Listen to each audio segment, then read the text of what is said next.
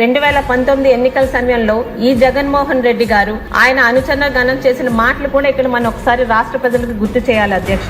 ఎన్నికల్లో గెలవడానికి నేను ఇల్లు ఇక్కడే కట్టుకున్నాను, అమరావతి కట్టుబడి ఉన్నానని చెప్పి ప్రజలకి మాట ఇచ్చి అధికారంలోకి వచ్చిన వెంటనే చేసిన మొట్టమొదటి మోసం అమరావతి మీద మాట వెనక్కి తిప్పడం అధ్యక్ష.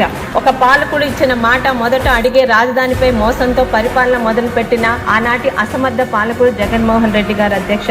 5 సంవత్సరాలు రాజధానిపై కుట్రలు, ఆయన వికృత మనస్తత్వాన్ని రాష్ట్ర ప్రజల పట్ల, రాష్ట్ర రాజధాని పట్ల ఆయన కుట్రని ప్రజలకు అర్థమయ్యేలా మనం చెప్పాల్సిన అవసరం ఉంది అధ్యక్ష. ముఖ్యంగా పాలకుడిగా ఉన్న వ్యక్తికి తన రాజ్యంలో ఉన్న అన్ని ప్రాంతాలు, అన్ని మతాలు, అన్ని కులాల పట్ల సమన్యాయం, సమదృష్టి ఉండాలి అధ్యక్ష. కానీ జగన్ రెడ్డి గారు పాలకుడిగా పనికిరాడని నిరూపించుకున్నారు అధ్యక్ష. 5 సంవత్సరాలు ప్రాంతాల మధ్య, మతాల మధ్య, కులాల మధ్య చిచ్చుతో రాష్ట్ర ప్రగతిని, రాష్ట్ర అభివృద్ధిని, రాష్ట్ర గౌరవాన్ని అద్దపాతాళానికి చేర్చారు అధ్యక్ష.